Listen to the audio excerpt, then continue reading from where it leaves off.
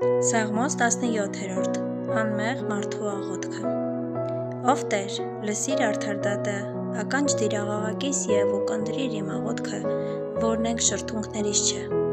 Իմ դատաստանը թող քեզանից գա, քո աչքերը թող տեսնեն ուղղամտությունը։ Դու փորձեցիր իմ սիրտը և քննեցիր գիշերվա մեջ։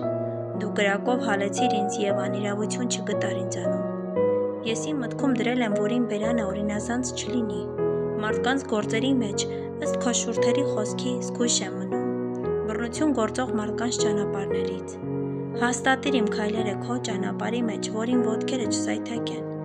Ես կանչում եմ քեզ, որ դու լսես ինձ, ով Աստված։ Ականջը դարձրու դեպի ինձ, լսիր իմ խոսքերը։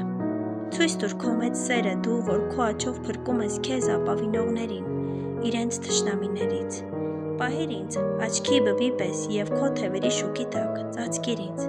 այն ամբարիշներից, որոնք տառապանք են տալիս ինձ, իմ անձի թշնամիներից, որոնք չորս կողմից պաշարում են ինձ։ Նրանք փակում են իրենց պարարտ սիրտը և իրենց բերանով ամբարտավանությամբ են խոսում։ Հիմա մեր ընթացքի չորս կողմից շրջապատում են մեզ և հառել են իրենց աչքերը մեզ գետնին գցելու համար։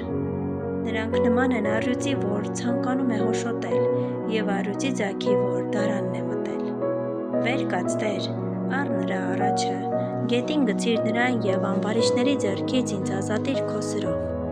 Քո ձեռքով Տեր, փրկիր մարդկանցից, այս աշխարհի մարդկանցից, որոնք բաժին ես կյանքում է, նրանց փորը լցնում ես գանձերով և նրանց որդիներն էլ կշտացած են և մնացածը թողնում են իրենց երեխաներին։ Իսկ ես արդարությամբ պիտի տեսնեմ քո երեսը և երբ արթնանամ, պիտի կշտանամ քո կերպարանքից։